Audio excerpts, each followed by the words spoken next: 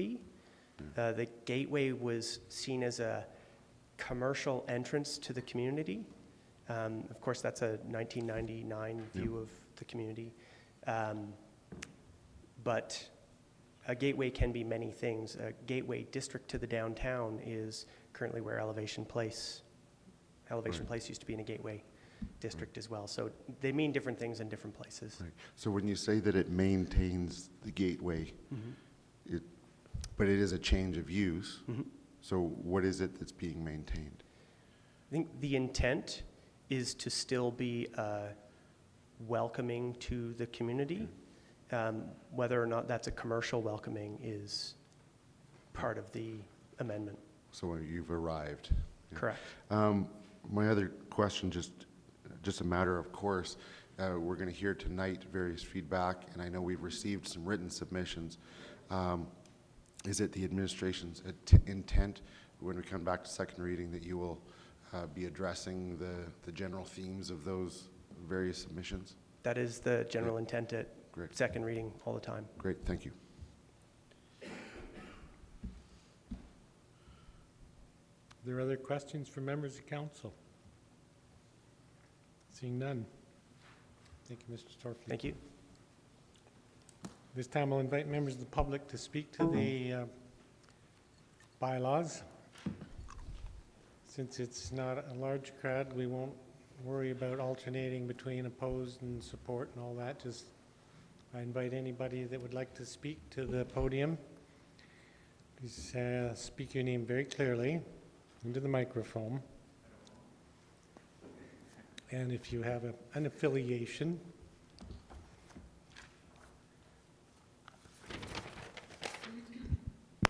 So my name is Ron Rempel, and I'm speaking on behalf of Bow Valley Builders and Developers Association, BODA. I'm the executive director.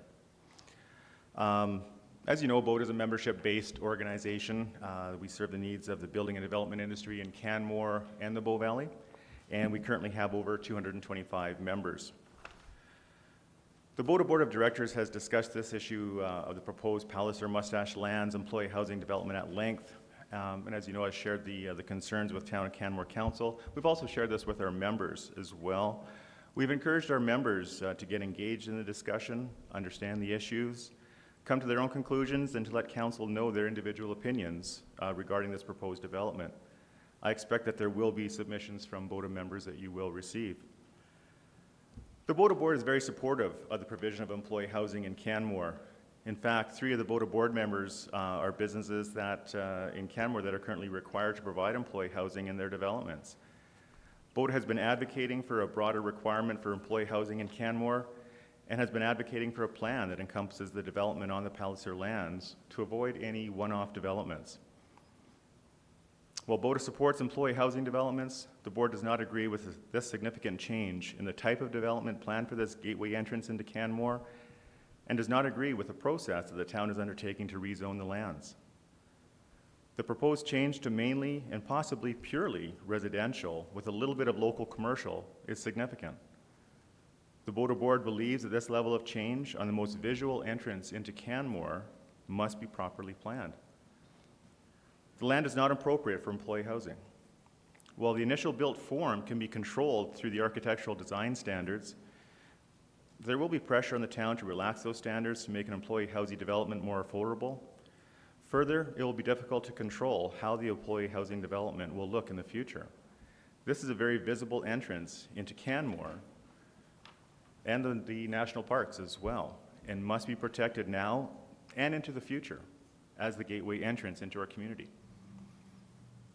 Other locations for employee housing should be fully considered before utilizing the Palliser Mustache lands. For instance, lands to the west of the Palliser Mustache lands, owned by CCHC and appropriately zoned, may be a better location and should be fully considered before utilizing the lands that are this gateway entrance. In regards to process, the town is amending an existing ASP that it did not create, but approved in 2000. In the opinion of the BODA Board of Directors, who have many combined years of experience creating ASPs and building significant developments in Canmore, the ASP should be done properly. Rather than making a few changes which completely alter the intent of a poorly drafted ASP, a new ASP should be created that properly sets out how the development will proceed, how it will look, and how the gateway entrance will be protected.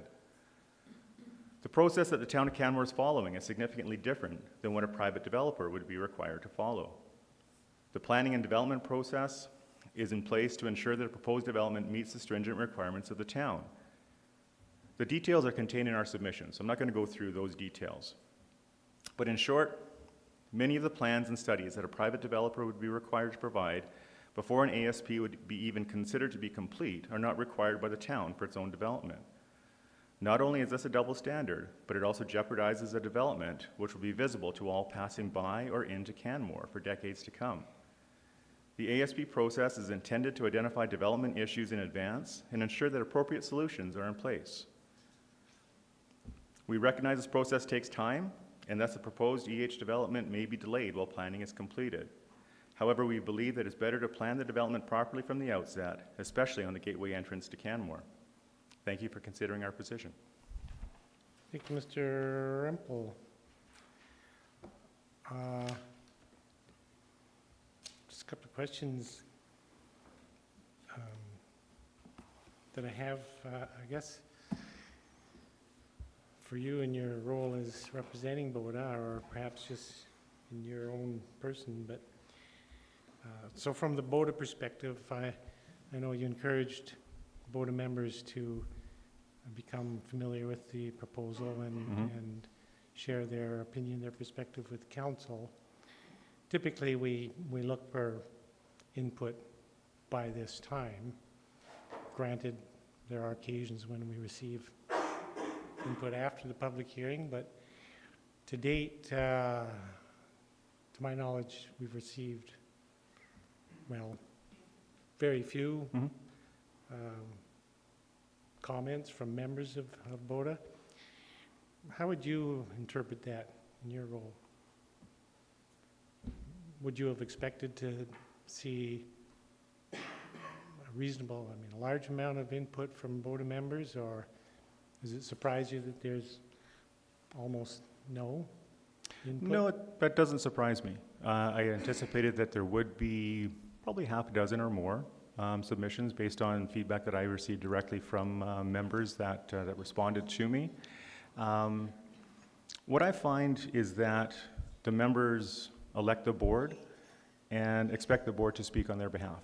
And so a lot of times I believe that the majority of the members are comfortable with that situation. So when we go to them for input, sometimes we receive a lot, sometimes we don't. So no, it does not surprise me, and it doesn't concern me. Okay.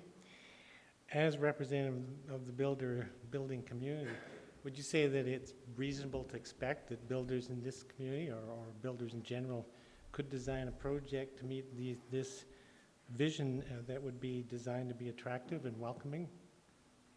Is that something that builders and developers, isn't that what they do all the time? To design a project to be welcoming? Sure. In the design phase of a project, it would be, I think, not particularly challenging to design a project that could meet those, as you say, be designed to be an attractive and welcoming building at that location. Is it possible? Yes. I think the concern that's been expressed is the change of use from predominantly commercial and cultural to mainly and possibly purely residential. And that's one of the key issues that the Boda board sees. And I think Councillor Krautzer's question was quite appropriate. You know, what is Gateway? And the response was very interesting as well, that the intention at the outset was Gateway was a commercial development coming into Canmore. And that's certainly ASP and the existing ASP that it is a commercial, cultural location. That's what the gateway entrance into Canmore is intended. And that's one of the main concerns that the Boda board has on that, is changing that to a purely residential development, that close to the highway and that visual for people passing by and coming into Canmore. Thank you. Councillor Krausert. Thank you, Your Worship, and thank you, Mr. Rempel, for coming tonight. Along the same line they were just talking about, I'm just trying to get a sense of what Boda's vision of a gateway might be. And you had just mentioned, you know, a commercial development. Has there been any discussion around the Boda table of what that could be? I think there's a couple of submissions, whether they were received prior to this, the meeting started or not, that will be a little bit more detail from some of the developers and builders that could answer that question more accurately. So yes, there has been a couple of clear submissions on that, on what that could be and how it could look for that that specific area that's being developed. Okay, so look to the other letters. Yeah. Okay, thank you. One other aspect of the situation, I guess I would like to understand Boda's perspective on. Boda represents, as you say, 225 business members, most of whom we hear from regularly about how difficult it is to conduct business and stressful it is, particularly in the summer months. And it seems employee housing is continually the primary issue affecting business. So representing those businesses, if Boda would see an opportunity to provide 120 or more units to meet that need, what I'm hearing is Boda would rather keep that particular piece of land undeveloped until such time in the future there's some sort of a gateway project proposed. So I'm trying to weigh the needs of the community. Is there a stronger need to protect that for a gateway project, or is the need of the community stronger in regards to addressing the employee housing issues? And what would you how would you answer that question? Is there a need for employee housing? Absolutely. I don't think anybody would argue that statement at all. The issue is more, is this the right location for that employee housing? And that's really the issue that's coming forward on it. So are there other areas of land that could be where that employee housing could be located on? Those are the things that need to be fully explored before putting it on this property here.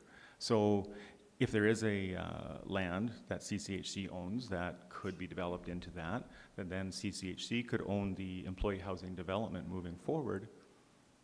That's something that would make a whole lot more sense rather than using up this very valuable and very visual entrance into Canmore. And if there's any other opportunities to pursue any other land, then it should be pursued. Great, thanks very much. You're welcome. Any other questions? Oh, I see no other questions. Thank you. Okay. As we discussed previously, I do have a presentation from Mr. Kernick, who's getting his knee operated on right now, but I'll come back and read that presentation in a moment. Super. Thank you. Is there anybody else this time from the public who'd like to present? Good evening, Mayor and Council. I'm Brian Talbot. I'm Vice President at Devonian Properties. We do not support this and respectfully request that you reconsider utilizing these lands, commonly known as the Mustache lands, for affordable housing project. This is a key entry point to Canmore and should be not utilized for this type of development. We do agree 100% that there is a real need for an employee-style housing or an affordable housing. A project in this location will likely require some sort of pedestrian access across the highway. As you can see from the kind of the Palliser residences now, they do bypass the roads and they use the highway to get the shopping. So for safety, that's something that may present a lot of costs, $6-7 million worth. It's a high traffic area with on-ramps and exit ramps. So again, resident safety will be compromised. The sound from the highway alone will cause, and if you look at some of the literature on it, the sound attenuation measures will be quite costly, and accordingly, these units won't be affordable at all. So it is one of the key access points to the town, and there are other options in town. We at Devonian have spoken to administration several times about 2 other locations, and it behooves administration to explore these options.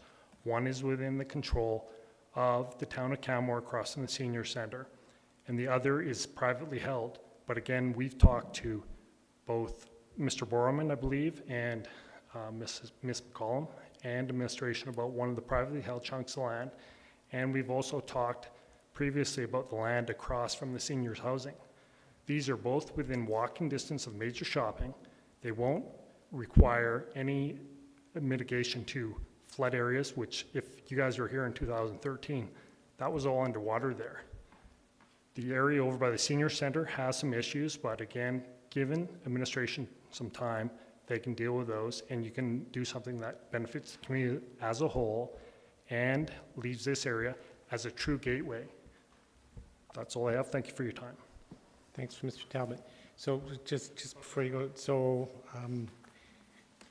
what I'm understanding you and Devonian to be saying is that you think the location on Fairholme across from the seniors is a good location for, call it 140 units of employee housing?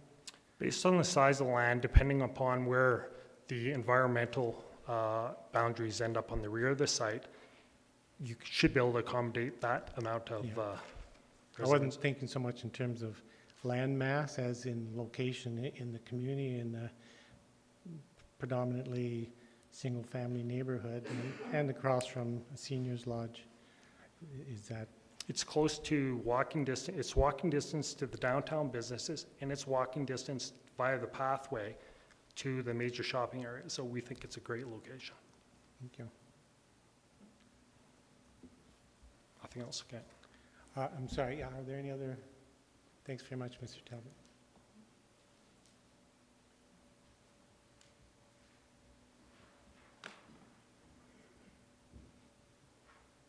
Are there other members of the public who would like to make comments at this point?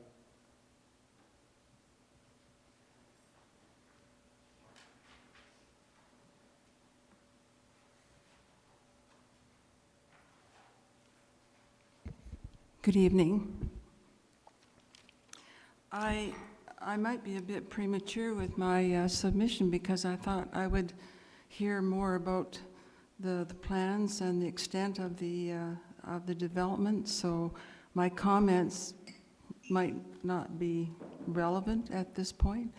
So I thought we'd hear more information.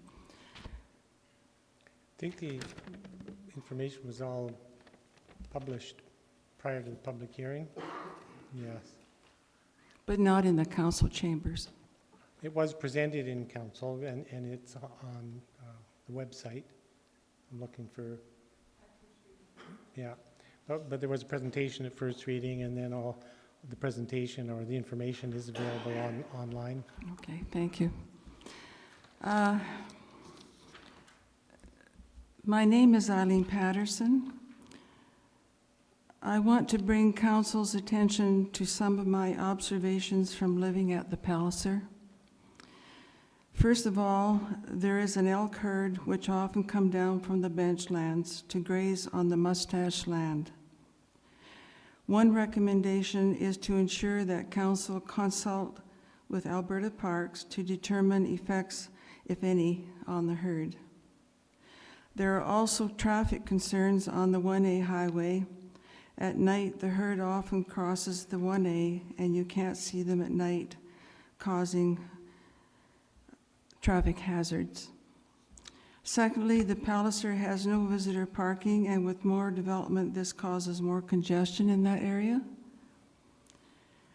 Thirdly, there is an issue of residents crossing the Trans-Canada Highway. And with this development, you have a lot of children and pets in that area as well. And, excuse me, number 4, The highway traffic noise is nonstop, day and night, along with the toxic fumes and dust in the summer. Finally, for me, it seems at this point a large development in a very small space. And I was just alerted to the water. I don't know if that's in a floodplain, but I know that there was flooding over at the Palliser during that last flood. Thank you for my submission. Thank you.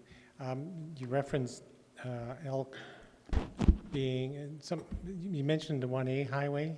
Were you meaning Palliser Trail? Right. Okay, That's the Palliser Trail. right, the 1A is on the other side. That's right. So at night, you can't see them when they cross the highway, and a lot of times they walk in and amongst the buildings there.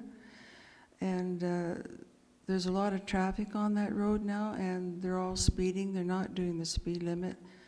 But I'm concerned about the children and the pets in that area, and the noise is just nonstop, day and night. Thank Great. you. Thanks very much. Councillor Russell? Thank you, Ms. Patterson, for your presentation. I just had a question. Do you still reside in Palliser? What was Are that? you a resident of Palliser at this point in time? Yes, I am a resident. You are a resident. Thank you. Yeah. Thanks very much. Thank you. Are there other members of the public who would like to speak at this time? Mr. Kernick? Oh, no, he's not here.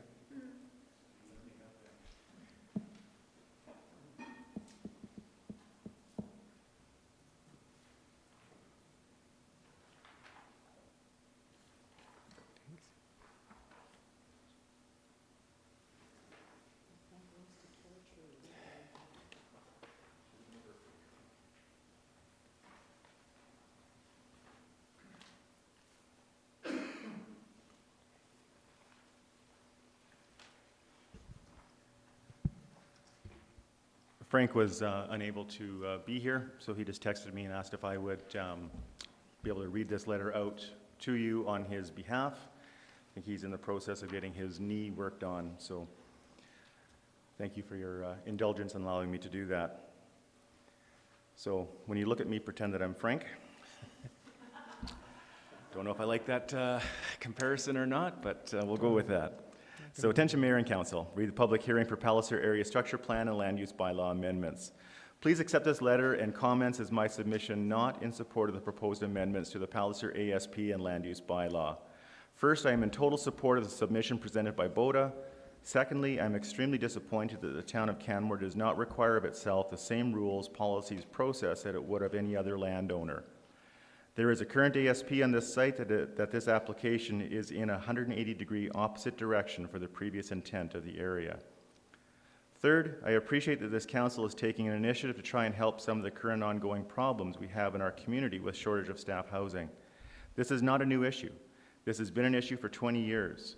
I helped develop Wapiti tents to get staff out of the bush and into a campground 15+ years ago. Still no reason to be reactive, but be proactive, and that means proper planning.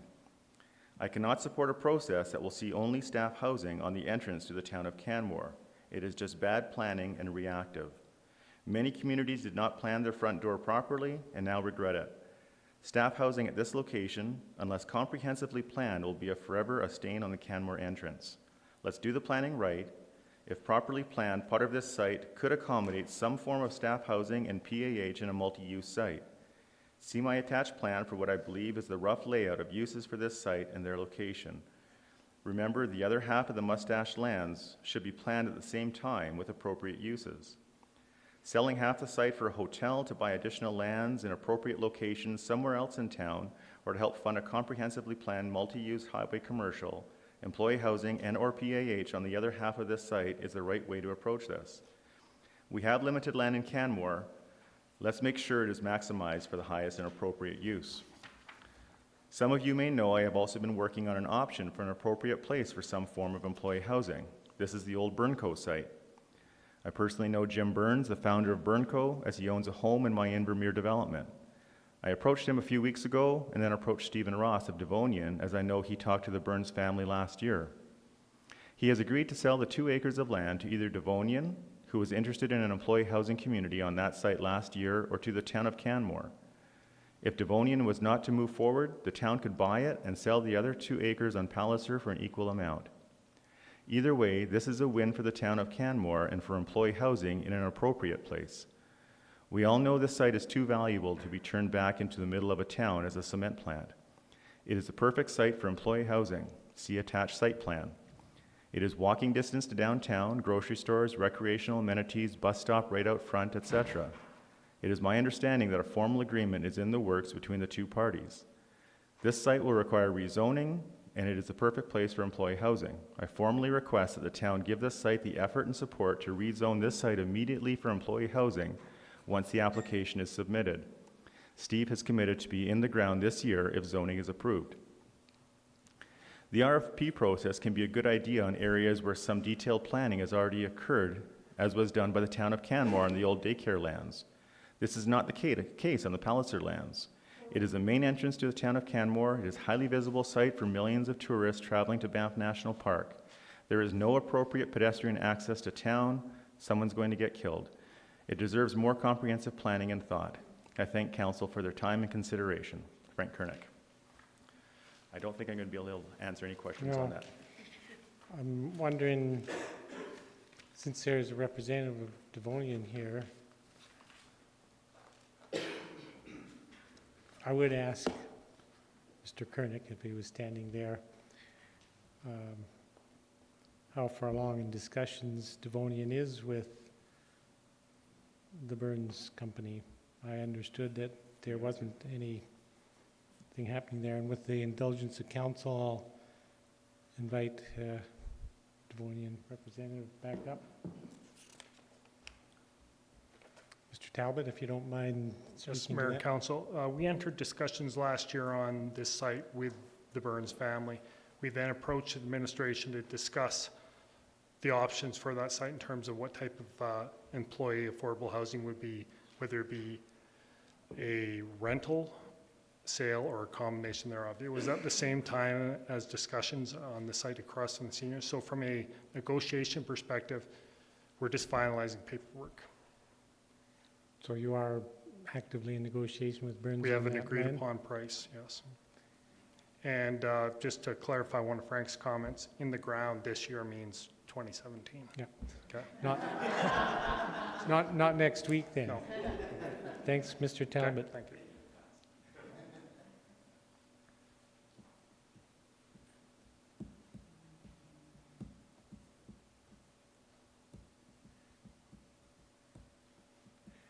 Are there other members of the public who'd like to speak at this time?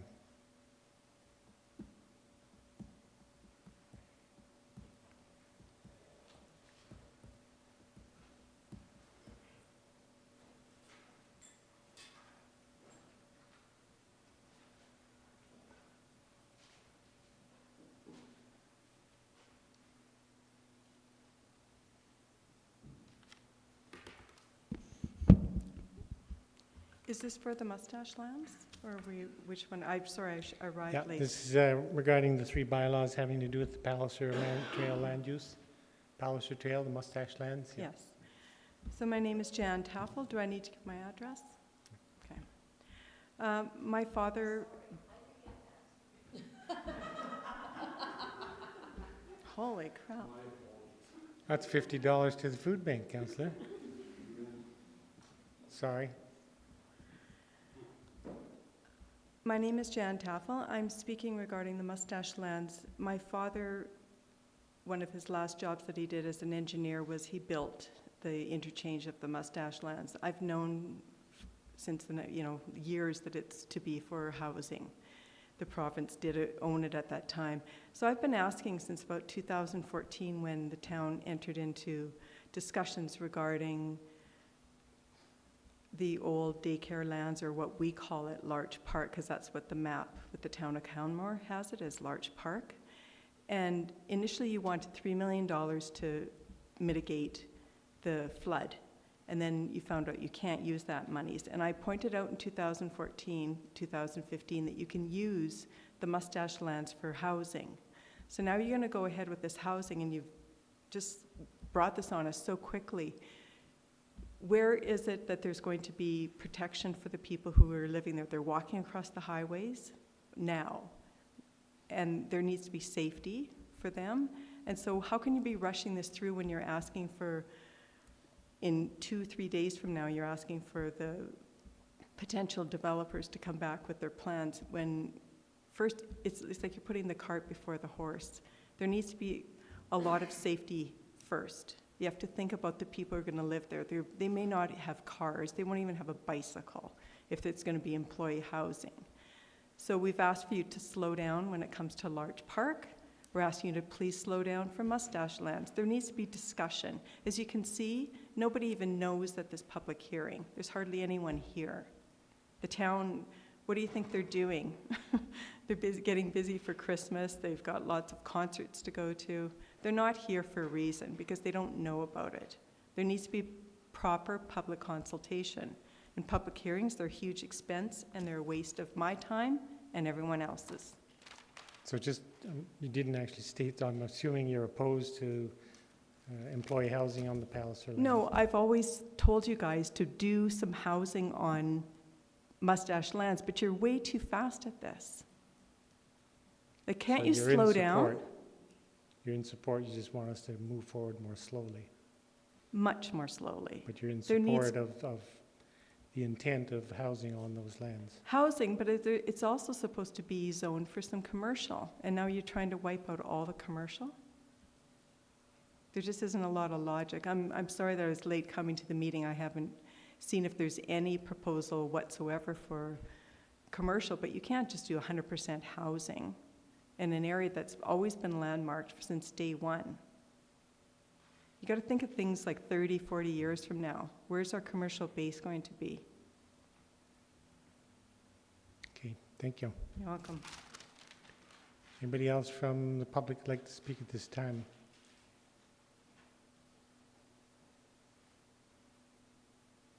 Nobody?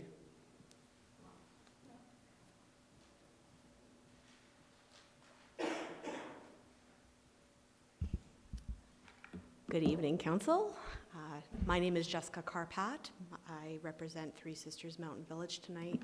I am the Principal of Planning at Quantum Place Developments. So there isn't a category for neutral, but that's where I am trying to stay today. If I had to choose a side, it would probably be on the side of against. So I'm trying to walk that line. So we understand the desire of the town to address employee housing. We have been speaking with the business community. We have been speaking with a lot of residents about affordability here in Canmore. And we have made this a priority in the plans that will be coming before you. What we would like to speak to is about fair application of the rules when developing an adjacent or the fair rules of play when developments go forward. Making sure that you do your due diligence and making sure that items like human use management, adjacency to wildlife corridor, noise and vibration are all addressed prior to moving forward with a development proposal. And so with that, I'm going to conclude and say thank you for listening. Thank you. The members of the public? No, thanks. Anybody else would like to speak at this time?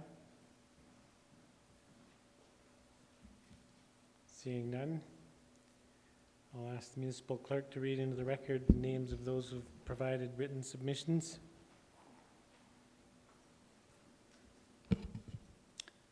Thank you. I received a few submissions that the positions of the people were unstated, so I put them as neutral or unstated. Susan Berry, Tricia Bach, Keith Boyko, Morley Fast, and Steve Rudy. And then in the opposed section, we had Mike Gordon, Don Hunt, Michelin Lambert McFadden, Pierre Lambert, Alistair Russell, and Guy Turcott. And several people that spoke this evening provided their comments in writing as well, so they will form part of the public record too. Thank you very much. Are there any final administrative comments?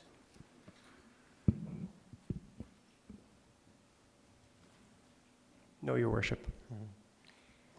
In that case, I will adjourn the public hearing at this time. Thanks for coming.